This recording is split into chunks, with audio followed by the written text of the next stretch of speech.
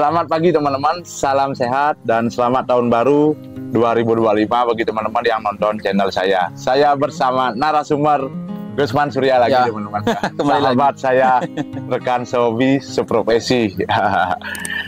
Gusman, mohon maaf mengganggu waktunya nih. Nah, mengganggu. Sambil santai-santai juga. Ya, santai-santai. Kita kali ini berada di kolam beliau lagi. Kita akan ngobrol-ngobrol singkat teman-teman tentang ikan koi, pola-pola ikan koinya yang bagus dan bulky-bulky. Banyak kita akan ngobrolin. Saya akan buat 3 part di kolam ini teman-teman. Nah, Gusman, ke pertanyaan pertama nih, oh ya, jangan lupa like, comment, share, dan subscribe. Ya, benar.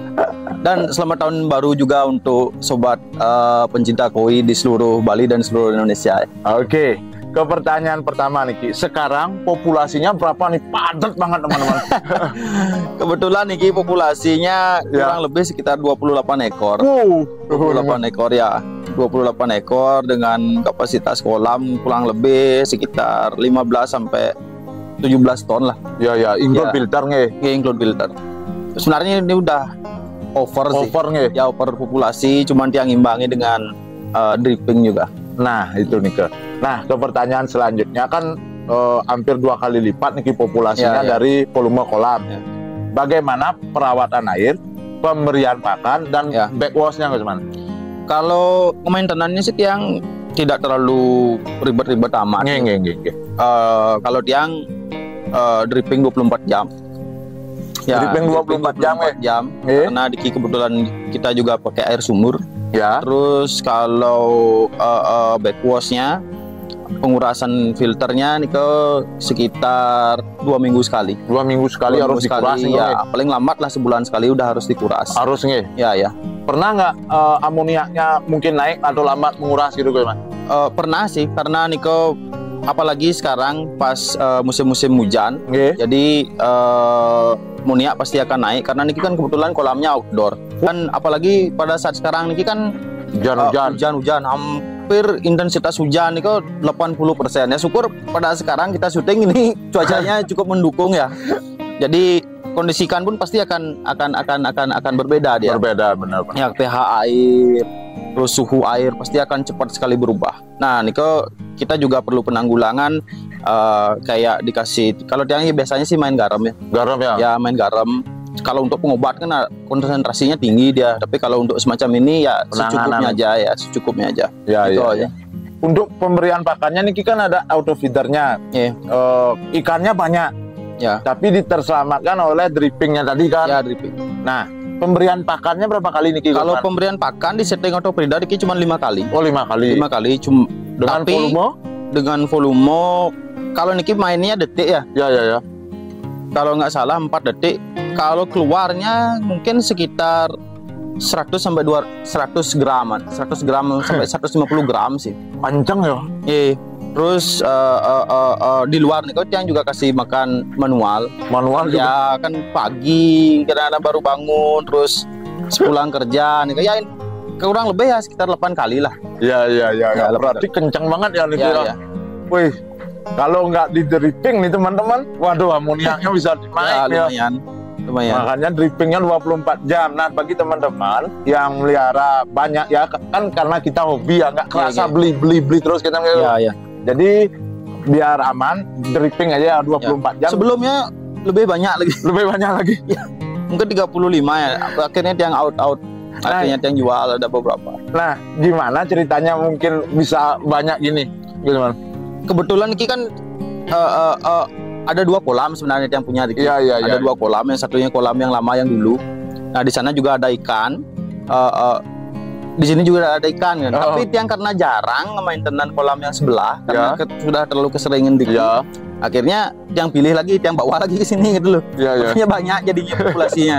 Tetapi ya sungkaro sih pertumbuhannya itu dia lihat bulky sudah cukup bagus sekali. Nah, karena di short ya teman-teman, nanti lihat deh di saat saya ambil videonya bulky banget teman-teman meskipun populasinya banyak. Nah, untuk pakannya nanti nih Gusman. Kalau pakannya kebetulan yang mix ya. 3 JPD Mizuho sama CKK. Waduh, pakan premium semua. Enggak sih, artinya ya karena kita yang namanya hobi ya. Iya. Namanya hobi, kita harus berani memfasilitasi segala hobinya kita. Iya, benar. Nah, kebetulan Tiang juga nggak perokok, minum juga enggak, judi juga enggak, ya kesini larinya. Ya, benar. Jadi setiap orang pasti memiliki hobinya, dan itu memang kalau dari segi nominal ya pasti perlu keluar uang. Masih gitu, keluar uang, teman-teman. Oh, mantap sekali filosofi beliau, teman-teman. Nah, selanjutnya bagi teman-teman yang baru nonton channel saya, masih belum tahu kan berapa luas kolamnya, spek kolamnya. Bagi teman-teman yang lama pasti sudah tahu karena sudah beberapa kali Tiang liputan di sini. Nah, untuk spek kolamnya berapa lebar, kedalaman, panjang sungai dan panjang chambernya. Ya. Kalau untuk kolam sendiri niki panjangnya 4,5 meter. Ya. Lebar dalamnya ini 2,5 meter. Ya. Terus filternya 2,5 kali 1,5. Ya. Panjang sungainya 11 meteran. Oh, 11 meteran panjang sungainya, teman-teman. Kedalaman air 120. 120 ya? Air. Oke. Menurut Gusman, untuk ideal kolam koi yang ideal ya, kedalaman berapa nih, Kak? 120 sampai 1,5 nih Kak, menurut Tiang. Ya. Tapi ada juga yang beranggapan, ada juga yang 175, 2 meter tuh. 2 meter. Ya, bagus juga. Ya. Cuman ada beberapa gini ya kendala. Jadi ikan itu kan cenderung diam di dasar. Apalagi kalau arusnya grojokannya itu kencang kan kurang terlihat. Ya. Tapi kalau untuk standarisasi untuk kesehatan ikan dan kita menikmati agar bagus terlihat ya 120 meter udah bagus. 1 meter dah. Udah bagus ya. Minimal lah 1 meter. Dan maintenance-nya juga gampang. Ya, maintenance juga gampang. Tapi kan gini juga kedalaman kolam itu kita sesuaikan juga terhadap situasi lingkungan kolamnya kita. Ya. Kalau kolam dia kan gali nih, bikin 2 meter pun sebenarnya nggak apa-apa. Tetapi kalau kita kolam naik bikin 2 meter kan kayak benteng jadinya. Ya maksimal lah 1 meter 120.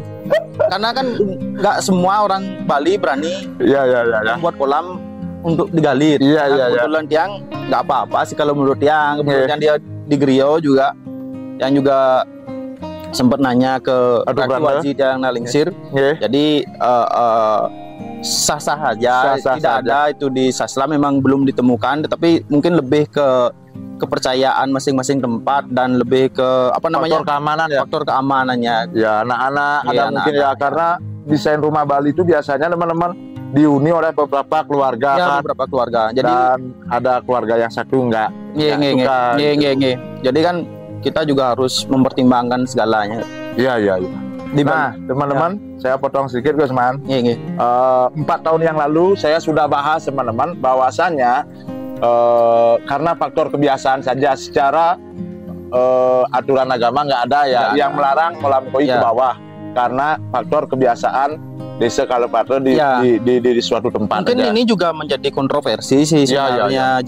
Tetapi itu masing-masing juga memiliki keyakinan. Kita juga tidak bisa memaksakan. Contoh apa yang tidak memperbolehkan kita menggali kolam di Bali. Yang sempat juga ada teman yang menanyakan, Gus, boleh nggak buat kolam menggali di rumah?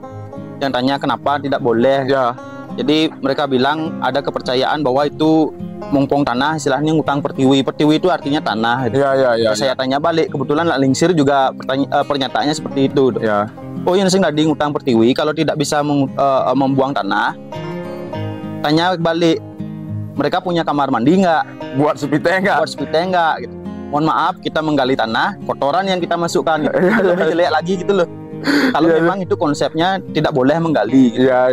Tetapi kalau leluhur kita dulu kan segala sesuatunya memprotek itu, ataupun membuat suatu aturan, ya diberikanlah cerita agak sedikit seram sedikit agar orang itu lebih mudah untuk mempercayai gitu loh. Tetapi di era sekarang ini kan kita harus pikiran kita harus terbuka. Kita harus bisa menjelaskan secara akal dan logika agar orang-orang yang belum paham, khususnya di luar orang Bali, itu tidak memang oh ini loh masuk akal, ini tidak gitu, biar gitu biar tidak gitu, biar logis gitu ya. Biar logis, biar tidak nanti kepercayaan kita itu dianggap konyol gitu loh. Iya. Biar nggak jawabannya nak mulu keto. Ya kita harus, tetapi ada memang kepercayaan yang ibaratnya nyiram-nyiram, memang patut kita lestarikan gitu. Ya ada. Ya itu teman-teman. Ya. Itu teman-teman, cuacanya bagus sekali. Saya bangun jam 7:30, jam 7 saya bangun, ngopi sebentar, langsung ke Tambak Siring. Nah kebetulan Bang Li Tambak Siring itu 20 menit, jadi 20 menit. Pas banget teman-teman. Kalau dulu jauh muter, sekarang kan udah ada penyeberangan jadi. Ya. Itu teman-teman, mungkin di part 1 ini, oh ya, berapa ya luas chambernya sampai lupa. Kita luas chambernya dia 2,5 kali 1,5. Oh, 2,5 kali 1,5. Kedalaman chambernya sama. Ya, Oke. Teman-teman, itu di part 1. Saya cut dulu di part 1 ya teman-teman. Nanti saya lanjut ngopi, lanjut ke part 2 sambil saya mikirin materi apa yang saya bahas. Karena kalau ngobrol sama Gus Mansur ya nggak habis-habis materinya. Mantap. Jangan lupa like, comment, share, subscribe, dan pantengin terus channel Seputar Ikan Koi.